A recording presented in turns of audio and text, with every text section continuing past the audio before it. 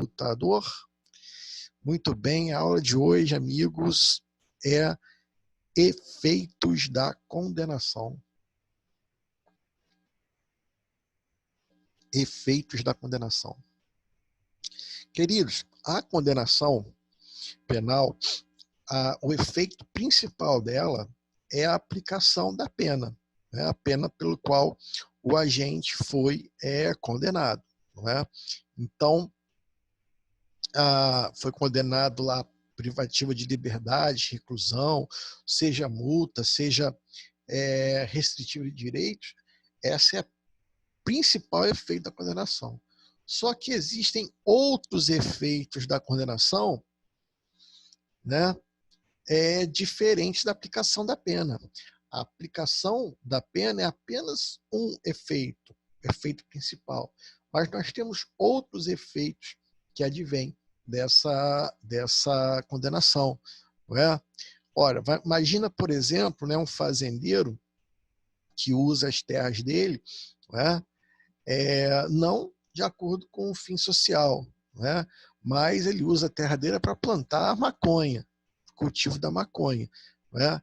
Bom, tudo bem, está praticando crime, a maconha vai ser queimada, e aquela terra que ele usou para fins ilícitos, né? Ele vai ficar com aquela terra para quê? Para ele plantar mais maconha depois que ele cumprir pena, ou botar alguém para plantar maconha ali enquanto ele não tiver, né? O sujeito pega um revólver, mata uma pessoa, né? Aí ele cumpre a pena. Na hora que ele estiver saindo do presídio, né? Aqui, senhor, por gentileza, receba aqui o seu revólver porque ele é seu, né? Não, tem outros efeitos. O cara pratica vários crimes, se enriquece licitamente, compra iate, navios, compra helicóptero, jatinho. Aí vai cumprir uma pena de 15 anos. Aí depois dos 15 anos ele cumpre 10, sai, e ele vai ter o resto da vida para viver com iate, com barco, com jatinho. Né? É claro que não.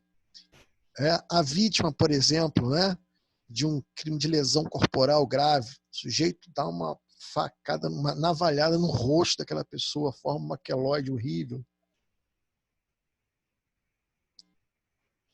Ele vai lá cumprir 1, 2 anos de cadeia e a pessoa vai ficar pro resto da vida com aquela cicatriz no rosto. Não seria justo, né? Então aqui nós vamos ver quais são os outros efeitos além da aplicação da pena, tá? E esses efeitos, eles se dividem. Nós temos os efeitos genéricos e os efeitos específicos. O que são efeitos genéricos?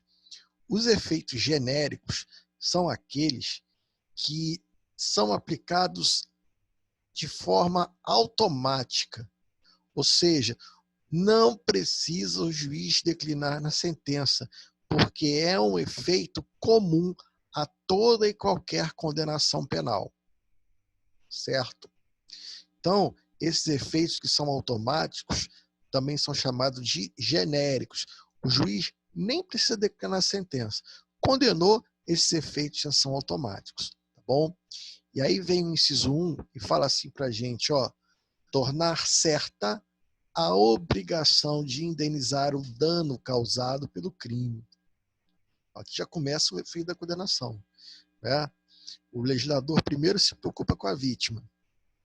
Então o sujeito, né, praticou um estelionato, deu um prejuízo na vítima de 100 mil reais, o primeiro efeito da condenação é tornar certa a obrigação da... Oi? Oi? Alguém está falando? Eu acho que foi algum áudio aí que abriu, professor, sem querer. Tudo bem, tudo bem. Foi um acidente de percurso, né? Tudo bem, sem problemas. Então, vamos lá. Então, você tem aí o quê? Uma obrigação de indenizar o dano causado pelo crime. Como que isso é feito, queridos? Preste atenção numa coisa. A sentença condenatória transitada em julgado, ela faz coisa julgada no cível. Então, por exemplo, Pedro foi condenado por estelionato contra João, não é? Sendo reconhecido em sentença transitada em julgado que ele foi o autor do crime de estelionato, cujo prejuízo foi de R$100 mil. O juiz, vocês vão ver isso em processo penal, mas eu estou adiantando para vocês não ficarem no vácuo, né? O juiz da sentença penal vai fixar um valor mínimo a título de indenização. Então, fica obrigado a reparar o valor de, enfim, 100 mil, né, o que foi o valor do prejuízo. E aí, o que a vítima faz agora? Por meio do seu advogado, ela simplesmente entra com uma ação de execução daquele valor no juízo cível. Não precisa mais discutir no juízo cível se ele tem ou não o direito de receber aquele dinheiro, né? Porque a sentença penal condenatória faz coisa julgada no cível. Então, lá agora basta uma ação de execução.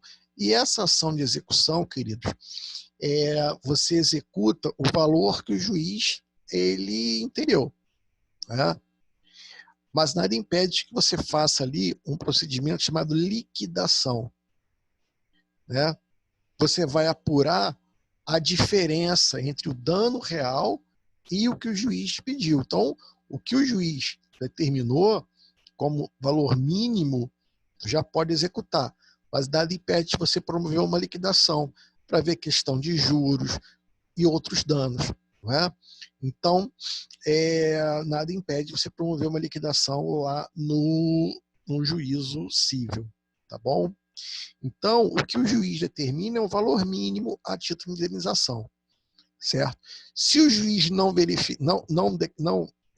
fixar esse valor mínimo, mesmo assim a sentença é executável. Só que você vai promover a liquidação para determinar o que? O valor do quantum debentur, que a gente fala, né?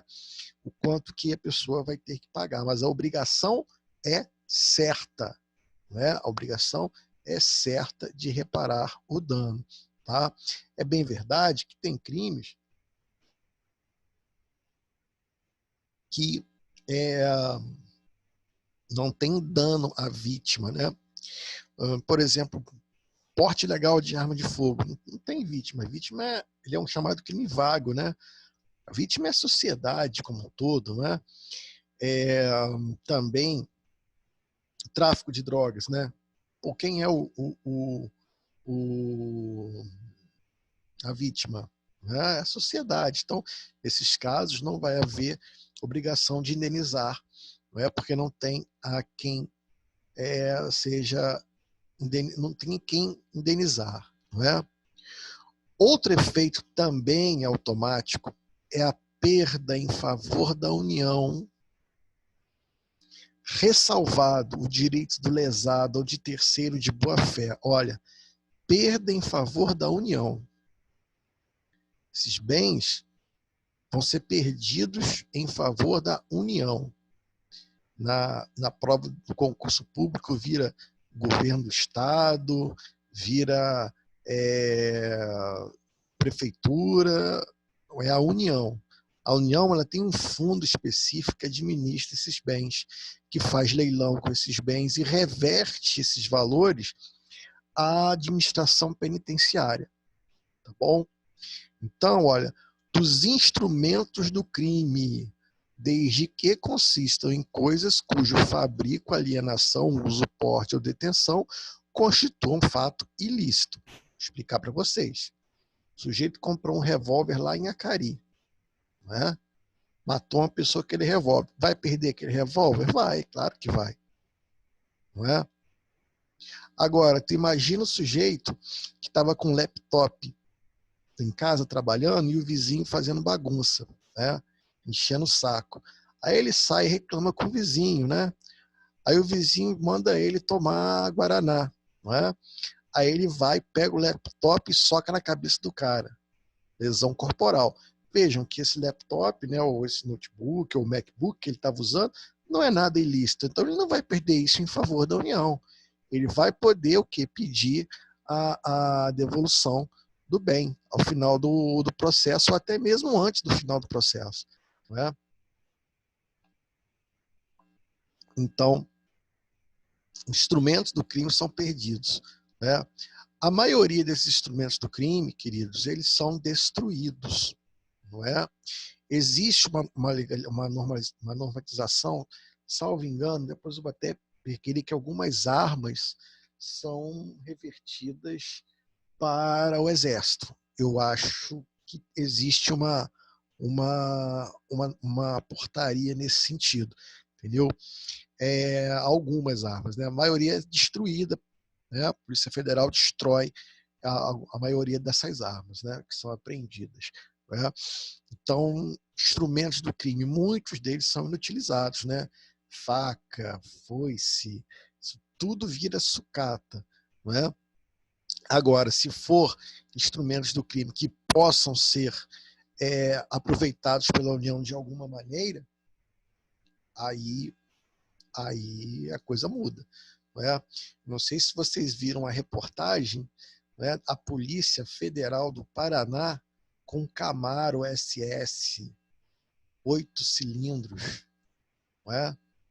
450 cavalos de potência, para correr atrás de vagabundo nas rodovias. Olha só, Polícia Rodoviária. Você acha que esse Camaro foi comprado pela União? Não. Aquele Camaro que está ali foi instrumento de crime, foi perdido em favor da União, aliás, instrumento não, produto, na linha B. Tá? E a União reverteu para a atuação contra o combate no crime. Não é? Converteu o Camaro que era do mal, agora passou a ser o Camaro do bem. Né? A letra B é muito mais propícia a isso. Olha, o produto do crime ou de qualquer bem ou valor que constitua proveito auferido pelo agente com a prática do fato criminoso. Então, a gente tem que distinguir 3 situações. Instrumento do crime é o objeto que foi utilizado para praticar o crime. Produto do crime. Produto do crime. Então, o sujeito furta lá como é que eu vou dizer?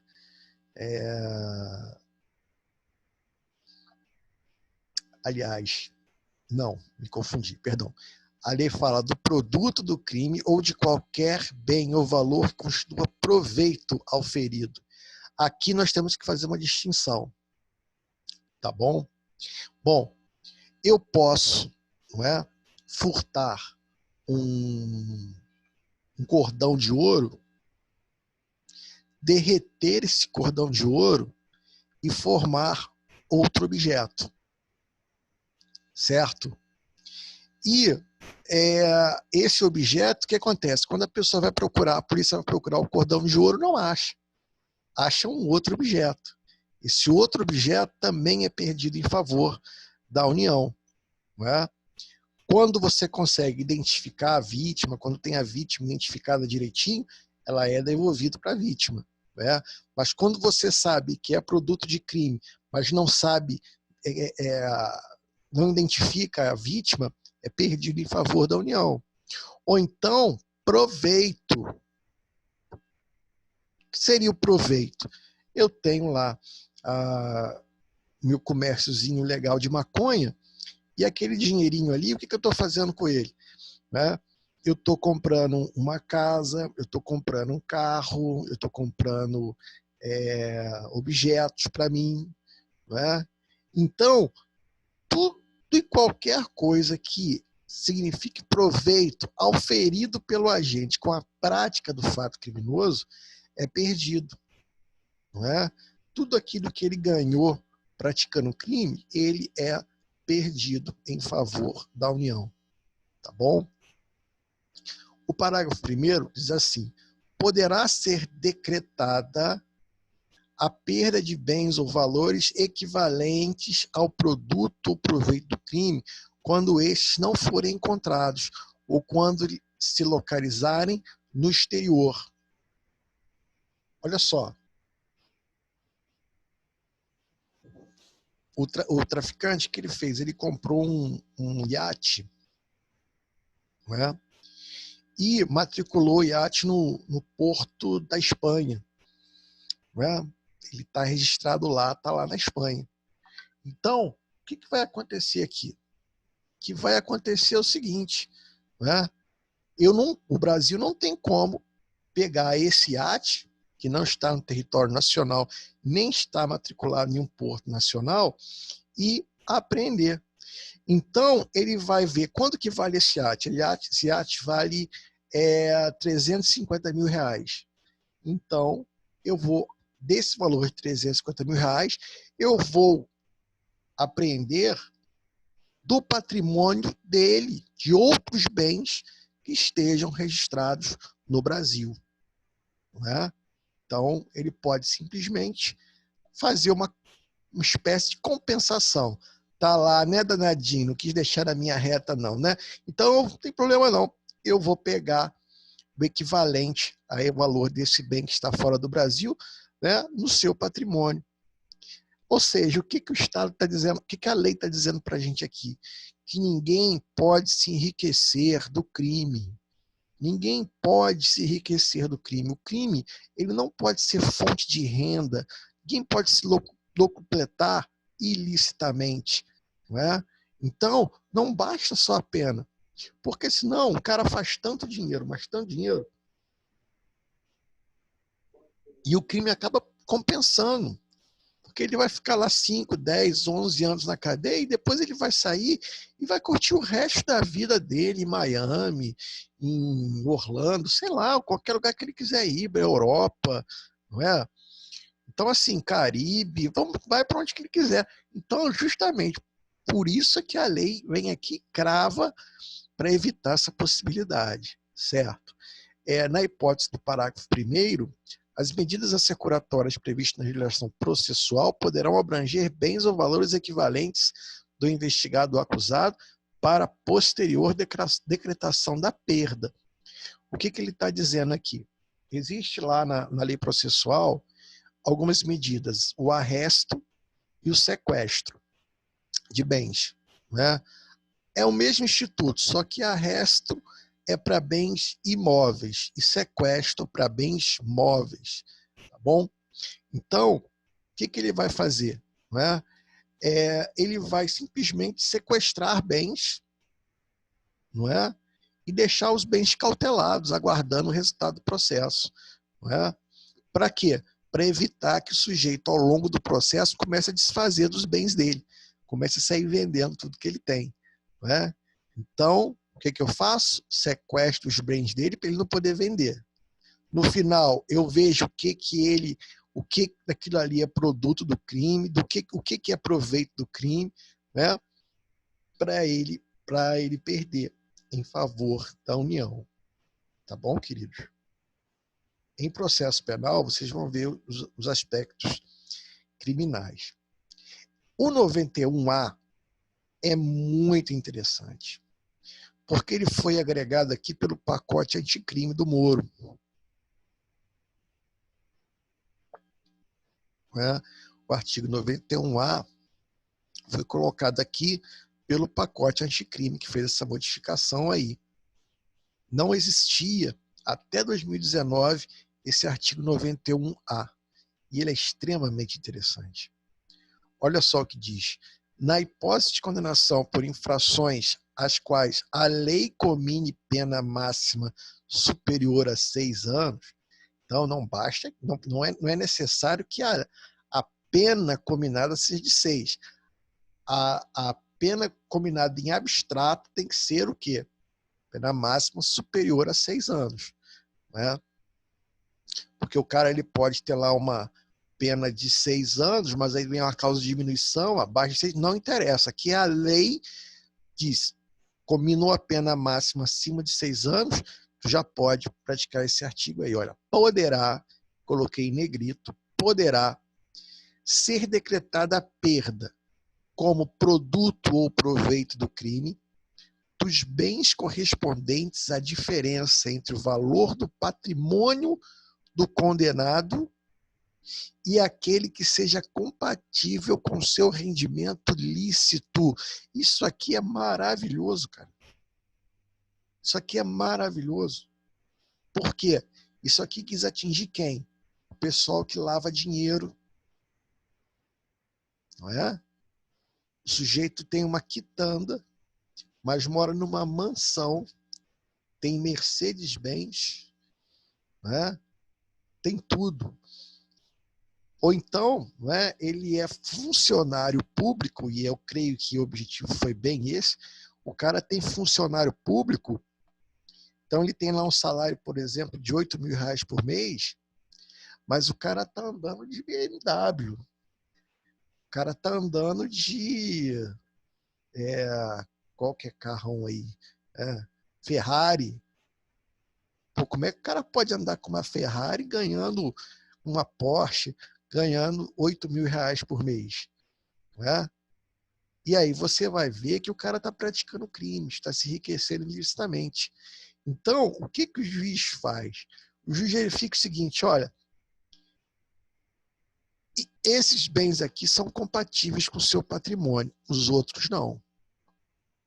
Os outros perde em favor da União. Vai virar o Camaro que vocês viram lá na Polícia Rodoviária, lá no Paraná, andando de Camaro. Né? Então, é muito interessante isso. Aí vem o parágrafo primeiro e diz assim, olha, para efeito da perda prevista no caput desse artigo, entende-se por patrimônio do condenado todos os bens, isso aqui é maravilhoso, de sua titularidade ou em relação aos quais ele tenha domínio e o benefício direto ou indireto na data da infração penal ou recebidos posteriormente e transferidos a terceiros a título gratuito ou mediante contraprestação irrisória a partir do início da atividade criminal. Esses dois incisos aqui, quis pegar quem? O laranja. Quem é o laranja? Né? Então, eu começo a vender droga e eu começo a ter um patrimônio incompatível com a minha profissão, que eu ganho por mês R$ 2.500 como fiscal de escola. Né? Aquele pessoal, aquele camarada ali que fica, né, controlando a rapaziada na hora do intervalo. Né? Muito bem. Só que aí o que eu faço? Os bens que eu estou ganhando com a venda da droga, eu não coloco no meu nome. Eu coloco no nome da mulher, coloco no nome do primo, coloco no nome do pai. E eu vou usando essas pessoas como o quê? Como laranja. Não é? Por quê? Eu vou usar, só não está no meu nome. Então a Receita Federal, ela não sabe. A Receita Federal não sabe que você tem aqueles bens, porque você não os declara, não está no seu nome. Não é? Veja que esse efeito aqui, aí já depende do juiz decretar, porque ele diz ali, olha, o juiz poderá, certo? O condenado poderá demonstrar a inexistência da incompatibilidade ou a procedência ilícita do patrimônio. Bom, se você mostrar que não tem essa incompatibilidade que o juiz está mostrando, ou que o patrimônio é procedência lícita, beleza, não vai perder. Legal isso aqui, né? Eu não sei como é que não fizeram isso há mais tempo. Agora, olha só, isso aqui eu vejo no concurso público instalando na testa do aluno. A perda prevista desse artigo deverá, botei em vermelho e negrito, olha, deverá ser requerida expressamente pelo Ministério Público por ocasião do oferecimento da denúncia com indicação da diferença apurada. Então, cara, o Ministério Público ele tem que cravar isso lá no início do processo. Tá? Porque diz aí, ó, ele deverá. Então, é uma condição para que o juiz possa decretar, ou seja, o juiz não pode fazer isso de ofício. Né? Tem que ser provocado. E o Ministério Público ele já tem que apresentar a base em cima da investigação que ele fez ou que a polícia fez e passou para ele. não é? Eu vejo muito isso aí, mais no âmbito federal do que propriamente no âmbito estadual, né? Mas, normalmente, isso aqui são investigações demoradas, são investigações que têm aí quebra de sigilo bancário, quebra de sigilo telefônico, não é? Quebra de sigilos cadastrais, tem a quebra de sigilo da própria Receita Federal, não é? O sujeito está sendo investigado e aí, quando o Ministério Público chega com a denúncia, chega com tudo. Não tem nem para onde o cara correr, não é? Na sentença condenatória, o juiz deve declarar o valor da diferença apurada e especificar os bens cuja perda for decretada. Então, o juiz ele condena, não é? E lá ele já diz o que vai ser perdido, qual é a diferença desses valores. Não é? O parágrafo 5º. Os instrumentos utilizados para a prática de crimes por organizações criminosas, também incluído do pacote anticrime, deverão ser declarados perdidos em favor da União ou do Estado, dependendo da justiça onde tramita a ação penal. Olha só, hein? Aqui ele faz uma ressalva. Se for crime de alçada da Justiça Federal, perda em favor da União. Se for crime da alçada da Justiça Estadual, perda em favor do Estado. Ricardo, como que eu vou saber que é da alçada da Justiça Federal ou a da alçada da Justiça Estadual? Queridos, da Justiça Estadual, a Justiça Estadual é competente para julgar crimes que ofendam bens ou interesses da União, tá? Crimes praticados por funcionário público federal, crimes que envolvem transnacionalidade do delito.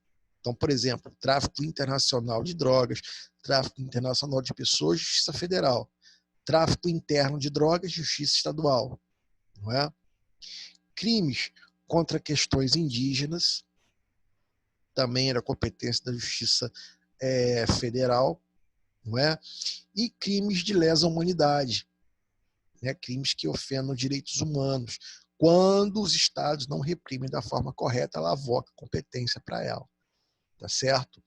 Já o restante, o que não é da União, é da competência dos estados. Isso aí vocês vão ver melhor em processo penal.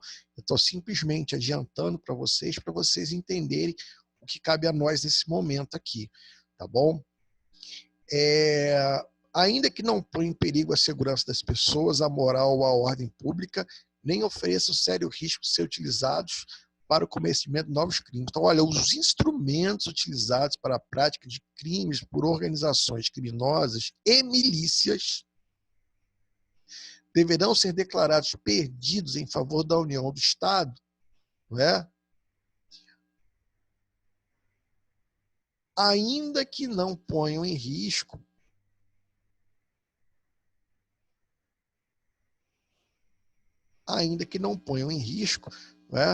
a segurança das pessoas, a moral ou a ordem pública, nem ofereçam sério risco de ser utilizados para cometimento de novos crimes. Queridos, eu vou ser muito sincero com vocês.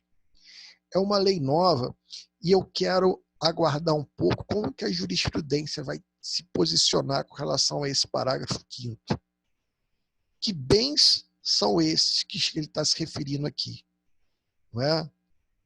Por quê? Instrumentos utilizados na prática de crimes por organizações criminosas. Aqui, creio eu imaginar o seguinte, que não só aqueles objetos que podem gerar perigo, como aqueles que também não ponham em perigo. Como assim, Ricardo? Ora, se uma milícia tomou dinheiro das pessoas, não é? Com aquele dinheiro construiu um condomínio, esse condomínio agora pode ser perdido em favor do Estado e o Estado transformar aquele condomínio em quê? Em moradia para pessoas humildes. Mas e se, Ricardo, e as armas que eles utilizaram? Pode perder aquilo e entregar para a polícia utilizar? Essa é a questão que eu entendo aqui, olha, ser possível também. mas eu quero ver como que a jurisprudência vai se posicionar com relação a esse dispositivo aqui, que é extremamente novo, tem 15 minutos que nasceu. Não é isso? Dezembro de 2019, até hoje, por direito, corresponde a 15 minutos. Mas eu acho uma medida extremamente salutar. Não é? Eu fico vendo na internet essas brigas aí entre facções no Rio de Janeiro, nego passando com cada fuzil Kalashnikov. Nossa, é um desperdício aquilo na mão do vagabundo. Não é? Aquilo ali na mão do sniper é uma maravilha. Não é? Na mão de um vagabundo andando na moto, cara, um Kalashnikov. Tem uns que eu vejo que eu sei direitinho que é chinês, não vale merda nenhuma. A maioria é chinês. Mas quando eu vejo um Kalashnikov russo na mão de um vagabundo andando de moto, meu Deus do céu, isso é um pecado. Não é? Isso tem que estar na mão de um cara que treina, de um cara que pratica toda semana, né, que vai usar aquela arma para o bem, não para o mal, não é? Não botar na cabeça de pessoas para cobrar dinheiro de droga, né? Mas para tirar pessoas que estão com a faca no pescoço da outra, não é? Então, assim, eu acho isso aqui super salutar, não é? Igual, volta a falar, esses carros de luxo que estão sendo tomados agora e passados para a polícia, isso é maravilhoso, cara. Isso é maravilhoso. Essas BRs, por exemplo, aquela BR, eu quero ver com que carro o cara vai conseguir fugir de um Camaro 480 cavalos SS dentro de uma rodovia. Está para nascer, não é? Eu quero ver, entendeu? Sim, é bem verdade que a gasolina do Camaro acaba um pouco mais cedo, né? Tudo bem. Mas, queridos, vou ser sincero com vocês, isso é uma medida extremamente salutar.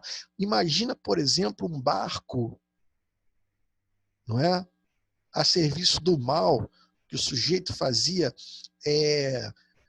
festas regadas a cocaína e prostituição, agora com policiais patrulhando, não é, o mar territorial brasileiro. Não é? Isso é maravilhoso. Isso aqui foi isso, tudo aqui que vocês estão vendo, não é?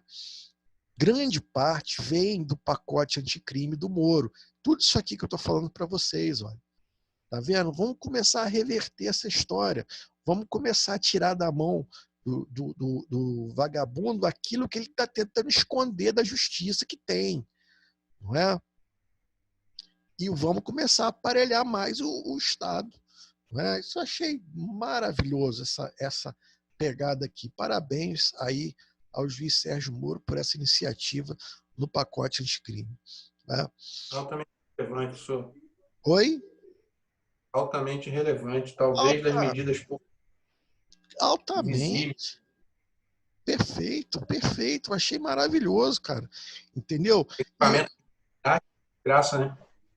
Pois é, vem de graça para o Estado. Não é? Equipamento e equipamento bom. Não é? É claro que não vai botar na mão do policial um Kalashnikov chinês com a marca com pintado lá de aparecer que é ouro, não é? Com a cara do Coringa adesivada, com a marca CV, não é? Agora, poxa, tem, rapaz, eles têm armamento. Quando apreende armamento, eu tô ali ligado, vendo na televisão, não é? Tem armamento bom, cara. Eu já vi a apreensão de parafal do Exército Brasileiro. Parafal. Entendeu? Então, assim, é tirar da mão dessa gente e jogar na mão do bem. Tira do mal e manda para o bem. Não é? Aqui você tem agora os efeitos da condenação. Esses efeitos são chamados efeitos específicos. Efeitos específicos por quê? Esses aqui só vão acontecer se o juiz decretar na sentença.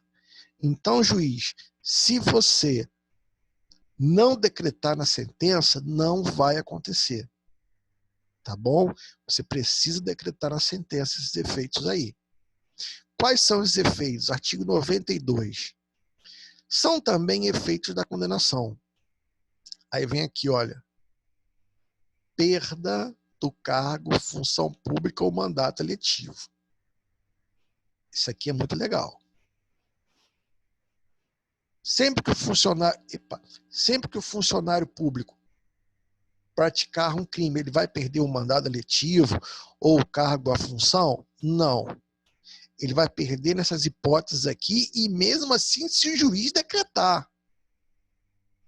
Então, olha, quando aplicada a pena privativa de liberdade por tempo igual ou superior a 1 ano, tempo igual ou superior a 1 ano, nos crimes praticados com abuso de poder ou violação para com a administração pública. Então, ó, o policial praticou um abuso de autoridade, por exemplo. Não é? Se ele for condenado a uma pena igual ou superior a 1 ano, o juiz pode decretar a perda da função ou não. Não é? Obviamente que o juiz vai analisar o caso concreto. Qual foi o abuso de autoridade? Aí ele achou que o cara estava praticando crime, meteu o pé na porta e entrou na casa dele. Ah, pô, não, isso aí não é um caso, não é? Pô, mas qual foi o abuso de autoridade? Ele pegou um cara que não estava praticando crime nenhum, não é? Meteu lá a algema nele e levou, né? Pô, aí o juiz pode entender que deva perder o cargo dele. Mas na letra A, o que a gente denota? Um elo, uma ligação, uma conexão do crime que ele praticou com a função dele. O policial chegou em casa, trocou, jogou a farda para um lado, botou o short e a camiseta, foi pro campinho de pelada. Tava lá jogando bola. Aí o cara virou para ele, xingou ele. Ele pegou e soco no olho do sujeito. Tem alguma ligação disso aí com a função dele? Nenhuma. Então, se ele é condenado a 1 ano por um crime assim, o juiz não vai tirar a função dele. Agora, se ele é condenado a 1 ano porque praticou um abuso de poder, não é? Ou qualquer crime, não é? Que envolva violação do dever dele para com a administração pública, corrupção, concussão, não é? Aí o juiz pode decretar a perda ou não do cargo. Queridos, o juiz pode ou não. A grande verdade é que nada impede do juiz não aplicar esse efeito da condenação, mas administrativamente a própria Polícia Militar ou qualquer outra, né, instituição, num procedimento administrativo, né, exonere ele, não é? Ou aplique lá a punição administrativa que entender cabível. Mas aqui nós estamos falando, nos limitamos aos efeitos da condenação. A letra B,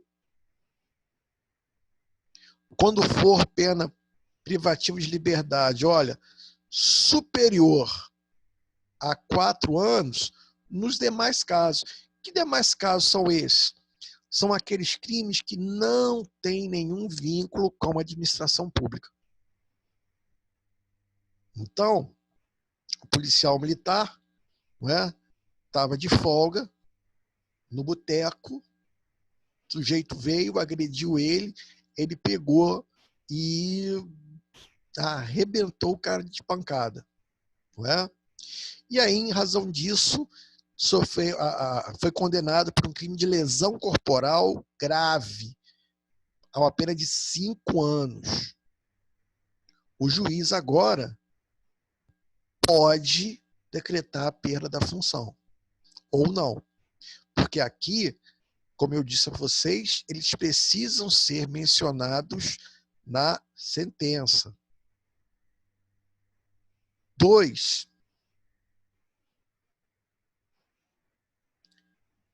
Só um minutinho.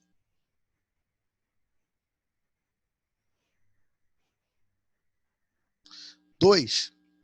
A incapacidade para o exercício do poder familiar, da tutela ou curatela, nos crimes dolosos,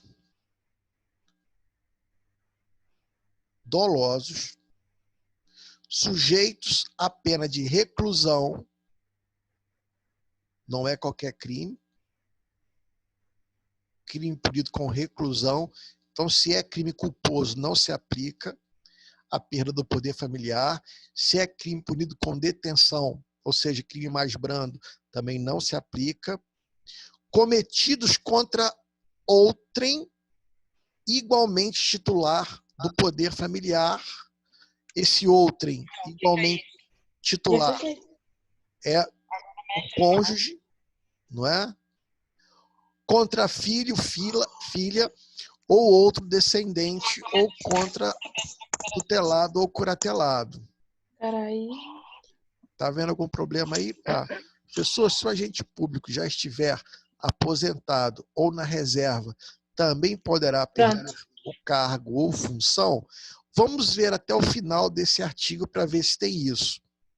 Vamos dar uma olhadinha até o final para ver se a gente tira a sua dúvida, tá ok? Já já a gente vai ver isso. Então, olha só.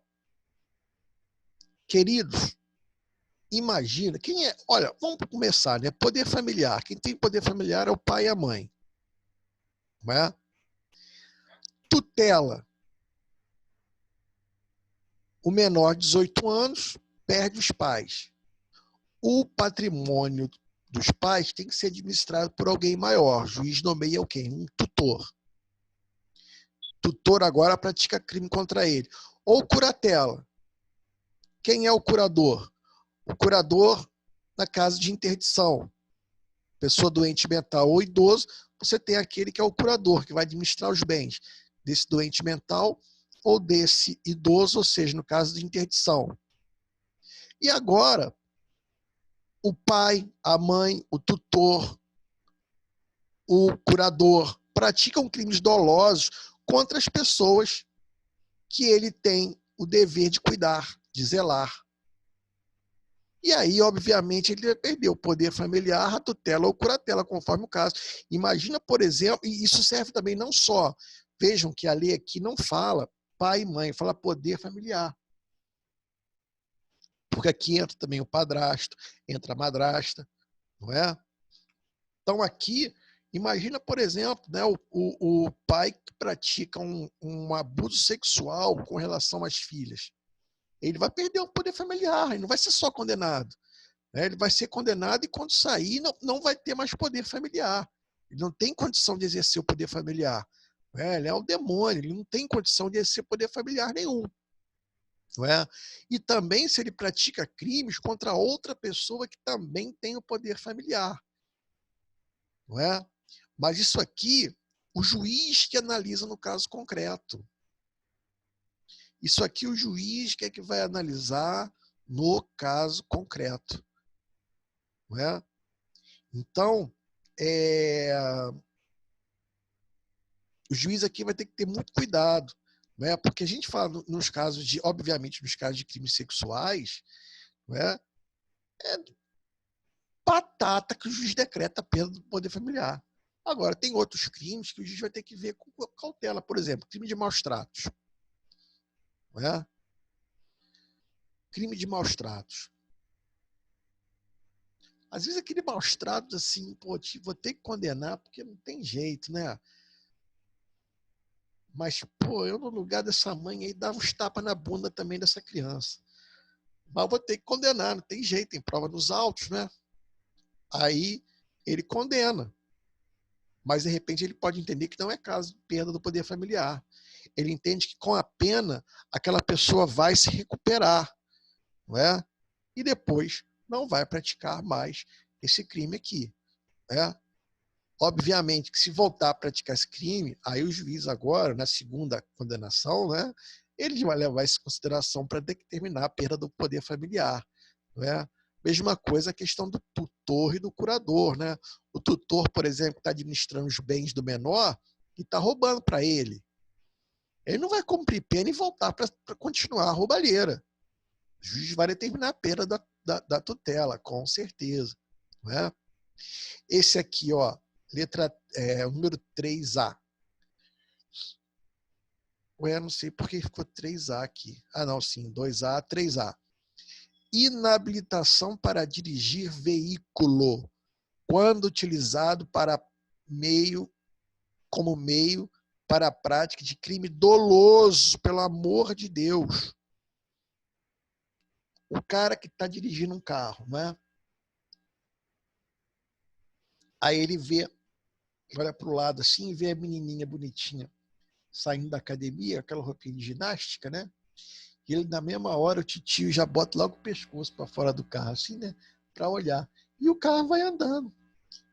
E ele passa o sinal vermelho, não é?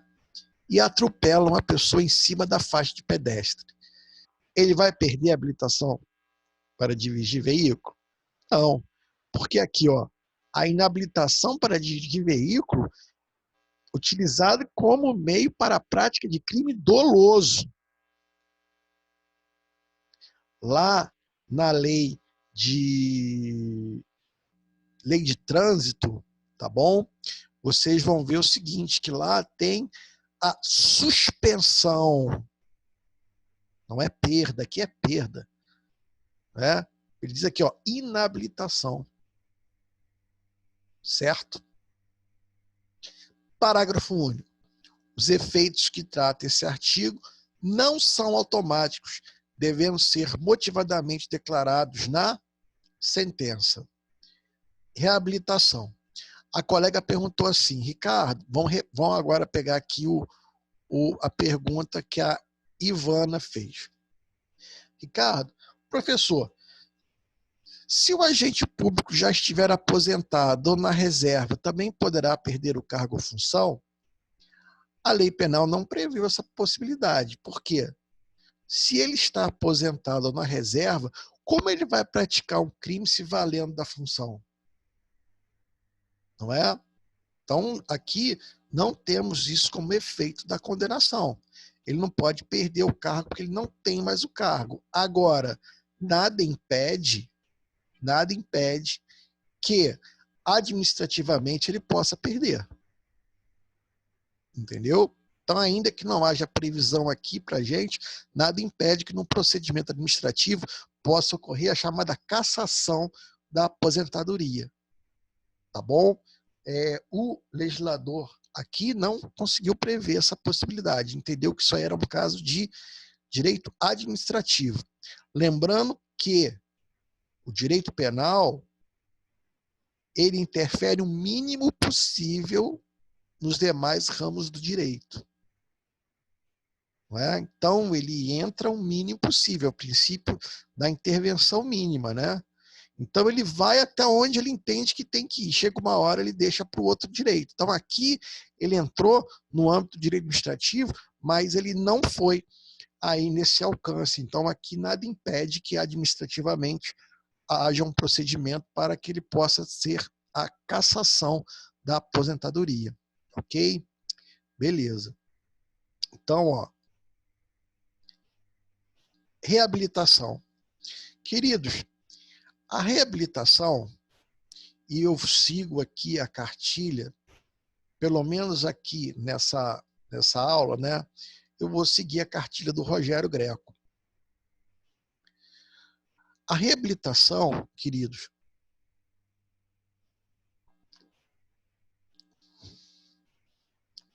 ela é um instituto cada vez mais em desuso. Praticamente em desuso. Eu vou explicar para vocês o que é a reabilitação e por que é um instituto cada vez mais em desuso. Olha, a reabilitação alcança quaisquer penas aplicadas em sentença definitiva, assegurando o condenado o sigilo dos registros sobre o seu processo e condenação. Parágrafo único. A reabilitação poderá também atingir os efeitos da condenação previstos no artigo 92 desse Código, vedada a reintegração à situação anterior nos casos dos incisos 1 e 2 do mesmo artigo. O que é essa reabilitação, queridos? Depois de 2 anos do cumprimento de pena, você pode requerer ao juiz a sua reabilitação. Está aqui, ó. A reabilitação poderá ser requerida decorrer de 2 anos do dia em que for extinta ou, de qualquer modo, a pena, não é, normalmente extinta pelo cumprimento, não é, ou terminar a sua execução, computando nesse período prova, suspensão, livramento condicional. Queridos, qual é o objetivo da reabilitação? Primeiro, é acabar com os efeitos da condenação. Ou seja, devolver aquilo que os efeitos da condenação tirou. Obviamente, menos o inciso 1 e o 2 do 92. Não é? Não vai devolver para ele novamente o proveito do crime, não vai devolver de novo para ele a arma do crime. Não é? Muito bem. Só, queridos, que olha só o 93 caput. Assegurando ao condenado o sigilo dos registros sobre seu processo de condenação. Olha, esse era o principal objetivo do legislador quando criou a reabilitação. Ou seja, depois de 2 anos de cumprimento de pena, o juiz decreta ele como reabilitado e aí some dos registros aquela condenação. Some, apaga dos registros. Só tem acesso para fins processuais. Se for responder um outro processo e tudo mais. Certo? Então, some. Então, você vai trabalhar aí, por exemplo, nas Casas Bahia. As Casas Bahia quer saber como é que está a sua folha penal. Vai conseguir saber? Não. Porque você está reabilitado e ninguém mais tem acesso àquilo, a não ser o juiz, para analisar no caso de processo criminal. Só que o que acontece, queridos? A Lei da Execução Penal, a LEP, Lei 7.210/84, já traz isso. Já regula isso. Ou seja, tornou sem sentido esse dispositivo aqui. Isso já é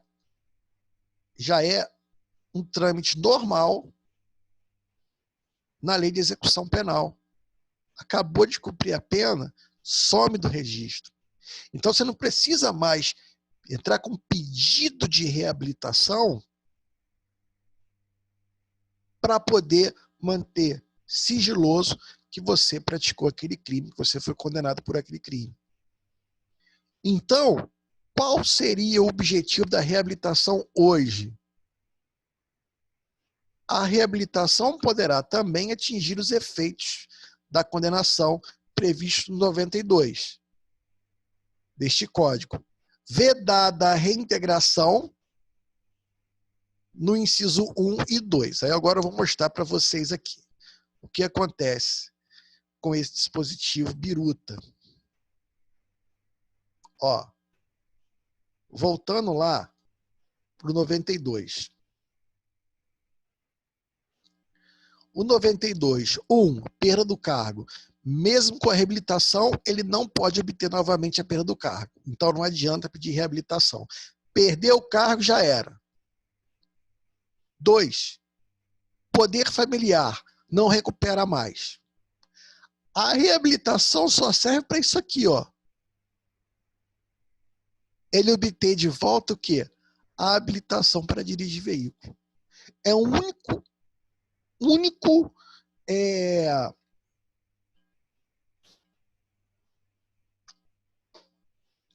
a única finalidade da bendita reabilitação hoje é isso. Então o sujeito, né, que estava andando com o carro dele e viu o desafeto dele lá e acelerou para passar em cima, então ele praticou um crime doloso no trânsito e o juiz decretou a inabilitação para dirigir veículo, o que ele pode fazer agora? Ele pode simplesmente, depois de 2 anos cumprindo a pena, pedir a reabilitação para ele poder voltar agora a fazer um novo exame e obter uma nova carteira. Só para isso, mais para nada, porque o sigilo, com relação à condenação, a lei de execução penal já faz isso. Então, o resto, queridos, não serve mais para nada. Nadinha.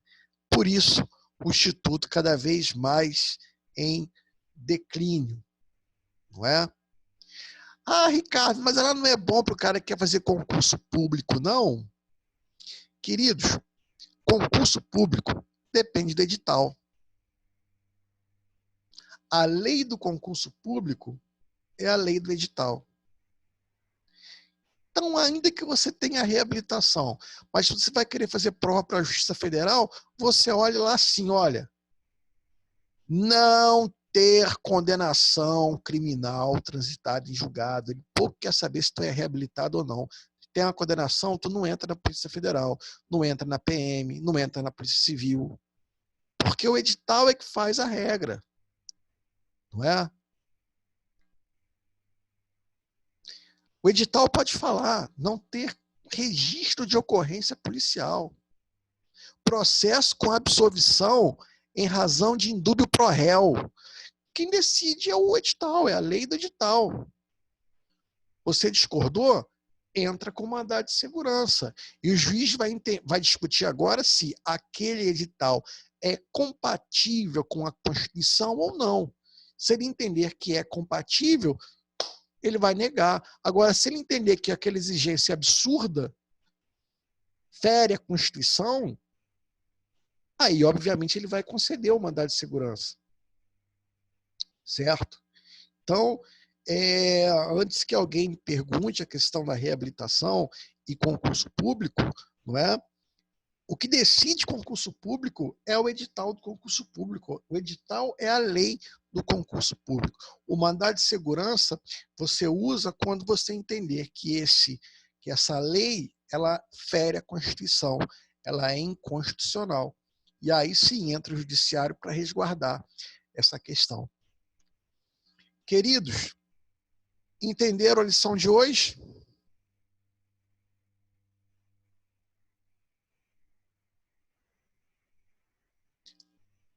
Dúvidas?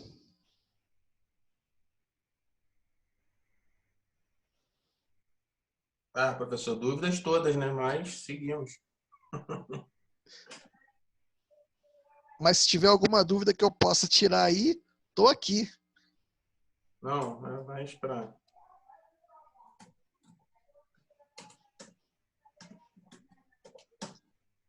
Vamos lá, queridos. Se tiver alguma dúvida, pode perguntar aí.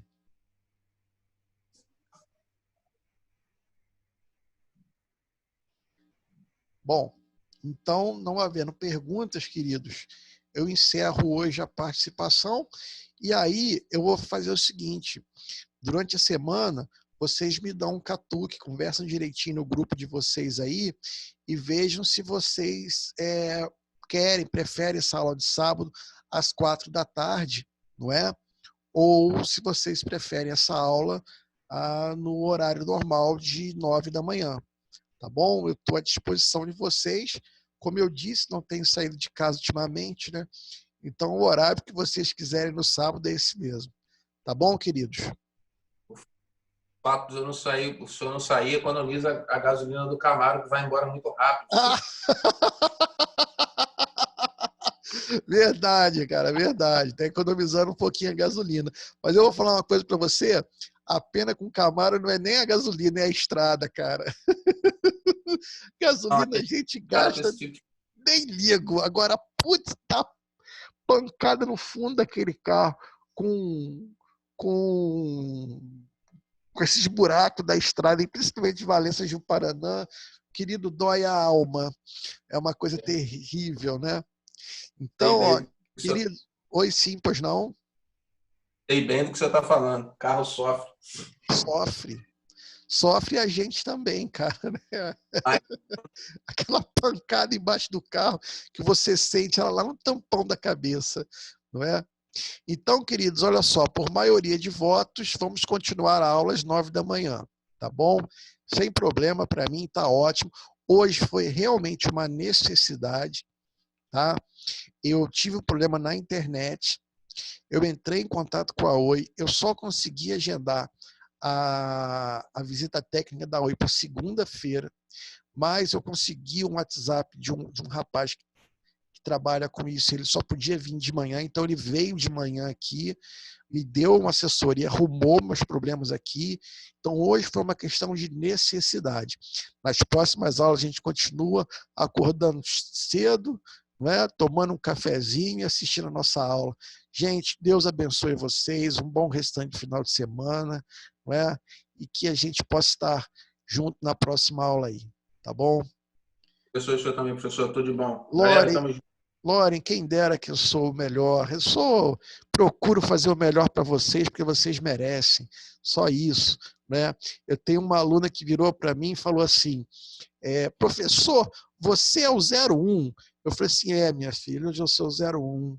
Mas quando eu tinha 18 anos, eu era igualzinho o 04. Ela riu pra caramba. Eu falei, bom, só não tinha aquela fome que o garoto toda tem, né? Porque, pô, aí também, metade do condomínio, pô, aí também não, né? Pô. O garoto é um coelho, né?